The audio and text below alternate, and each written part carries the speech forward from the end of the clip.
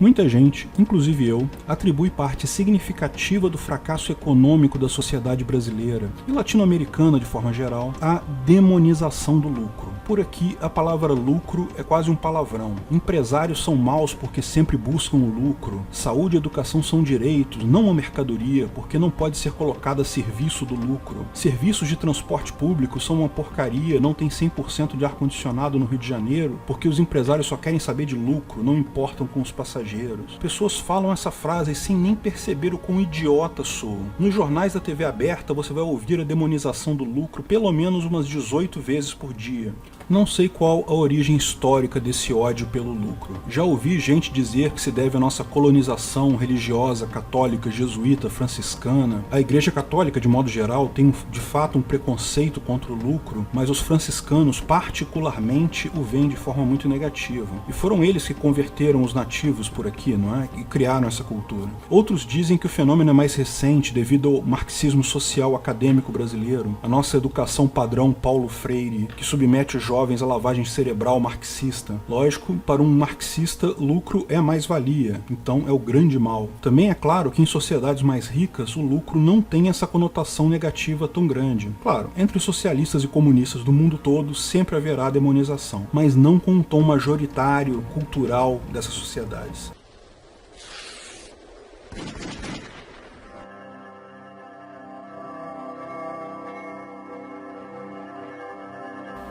Afinal, lucro é bom ou é ruim?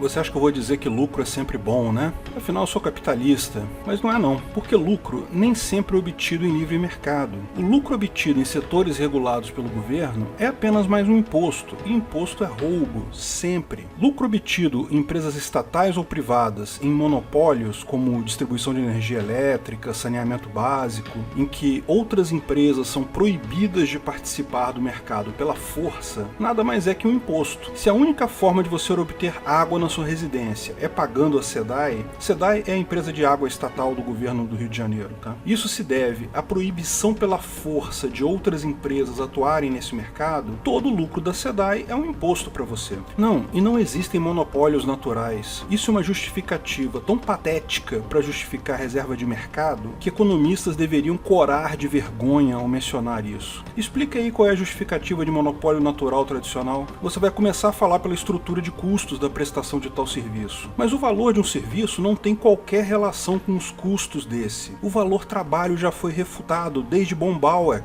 Se um mercado tem tendência a ser monopolista devido à estrutura de custos do mesmo, é natural esperar que um monopólio surja nesse mercado. Mas isso não justifica tal monopólio ser imposto à força, a priori, pelo governo. E o pior, designando uma empresa específica. Porque, dessa forma, impede-se que alternativas tecnológicas se desenvolvam. Quem sabe se outras formas de levar água podem ser possíveis, ou energia elétrica. Talvez tais alternativas tenham estruturas de preços diferentes. Forçar um monopólio a priori impede que o mercado busque outras formas de distribuir água para residências. Você vai ser impedido de competir nesse mercado pela força. Também torna a empresa que opera tal mercado ineficiente por definição. Prestar um bom serviço ao cliente custa dinheiro. Por que se preocupar com isso se o cliente não pode comprar de outra pessoa mesmo? Mas não são só os monopólios. Oligopólios e setores fortemente regulados também vão extrair parte significativa do lucro devido ao uso da força do Estado. Portanto, a maior parte do lucro nesse caso é imposto. Regulamentações impostas pelo governo sempre dificultam a entrada de novos competidores e, portanto, criam uma reserva de mercado para aquele oligopólio. Enquanto houver governo, uma parte, pelo menos, do lucro das empresas, aquela parte que deriva de regulamentações, é claramente mero imposto. Quando o empresário fala, não pode abrir o mercado, senão empresas de fora vão destruir as empresas nacionais. Entenda o que ele está dizendo como, ninguém mexe no meu imposto, eu gosto muito de receber o imposto das pessoas. Sim, traficantes, contrabandistas, milícias e outras máfias são setores apoiados pelo governo. Qualquer regulamentação imposta à força sempre atua favorecendo os grandes e prejudicando os pequenos. Veja o nosso vídeo sobre a tragédia dos inteiros. Mesmo uma regulamentação do tipo proibir comércio de drogas favorece grandes cartéis de drogas e prejudica os pequenos comerciantes de drogas. Falamos sobre isso no nosso vídeo sobre as drogas. Portanto, parte do lucro dos traficantes do PCC é ruim, é parte garantida pelo governo e pela própria violência deles. Lógico, uma parte é boa, a que advém da busca de fornecer um bom produto para conquistar clientes pela qualidade, não pela imposição de força. Mas parte do lucro das empresas não monopolistas advém sim do livre mercado. Quanto menos regulado o mercado, maior a fatia de lucro que vem daí.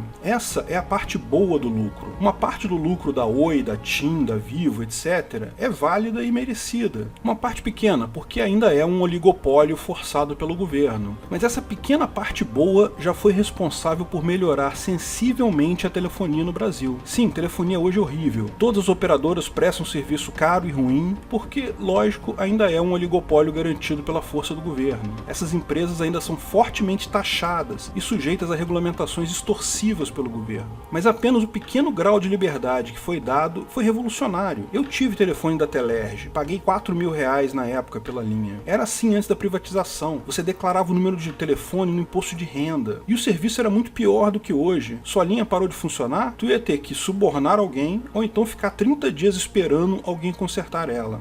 Num livre mercado, lucro é o pagamento que o empresário recebe por uma aposta certeira em um produto ou serviço de sucesso. É o pagamento que recebe por ter investido grana, esforço, tempo, hoje acreditando que amanhã vai ter sucesso. Esse sucesso, esse valor a mais é o lucro. Você pode ter lucro só com uma boa escolha aleatória. Comprar um terreno num lugar, esse lugar valorizar muito e você ter um lucro extraordinário. Isso seria o mesmo que comprar um bilhete da Mega Sena e ganhar. É uma forma perfeitamente legítima de lucro. Você fez uma escolha e acertou tal escolha. A chance disso, porém, é pequena. Geralmente são necessárias diversas decisões no sentido certo para se obter sucesso e lucro em uma empresa, o que não é fácil. Requer inteligência, estudo, conhecimento, além de alguma sorte, é fato. Mas principalmente é preciso lembrar que no livre mercado só ganha lucro apostando em um produto ou serviço de sucesso. Para um produto ter sucesso é preciso que ele atenda a uma necessidade humana importante por um preço justo. Ou seja, ao mesmo tempo que o empresário está tendo lucro, ele está atendendo uma necessidade da população. Todo mundo sai ganhando. O lucro no livre mercado é bom para todo mundo. No livre mercado, uma empresa de sucesso, uma empresa que ganha lucro, é uma empresa que presta um bom serviço ou vende um bom produto.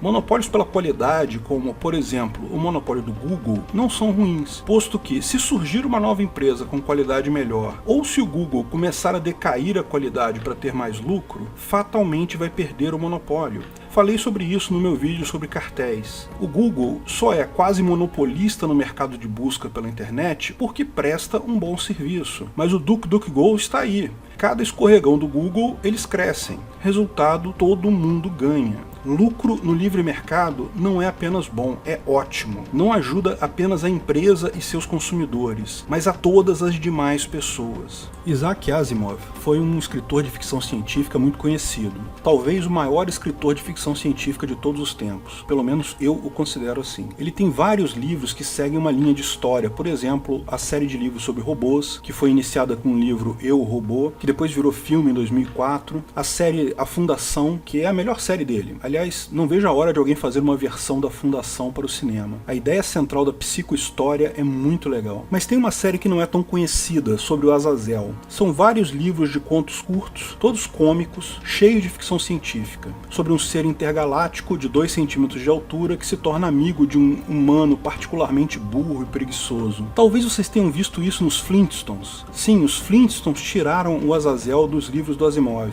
Toda essa conversa é por causa de um conto, em um dos livros da série do Azazel, em que um escritor fracassado não conseguia ter sucesso. O escritor fazia o tipo orgulhoso de ser pobre, dizia que dinheiro e lucro são pecados. Ele queria o sucesso, queria ser elogiado, mas não o dinheiro. Sem o escritor saber, o Azazel foi lá e melhorou as conexões nervosas do cérebro dele, para ele enxergar o mundo mais claramente, para ajudar ele a escrever livros melhores. Depois disso, o cara começou a fazer sucesso. Todos os livros dele faziam sucesso, ele começou a ficar muito rico. Então, o protagonista do livro, o sujeito meio burro, que é amigo do Azazel, vai conversar com o escritor e pergunta: Você não achava dinheiro algo ruim? Não desprezava o lucro? Só queria ser famoso, ser elogiado, agora tá aí andando de Mercedes-Benz, escolhendo qual Rolex vai usar? Ao que o escritor respondeu: sim, eu já pensei assim, mas eu melhorei, eu vejo as coisas mais claras agora. Dinheiro não é uma coisa ruim. Ao contrário, dinheiro é o elogio mais sincero que existe. Se você faz um desenho e alguém fala: nossa, que desenho bonito, isso certamente é um elogio, mas não é necessariamente um elogio sincero. Se alguém fala pra você: nossa, que bonito seu desenho, quero comprar ele, toma aqui $10.000.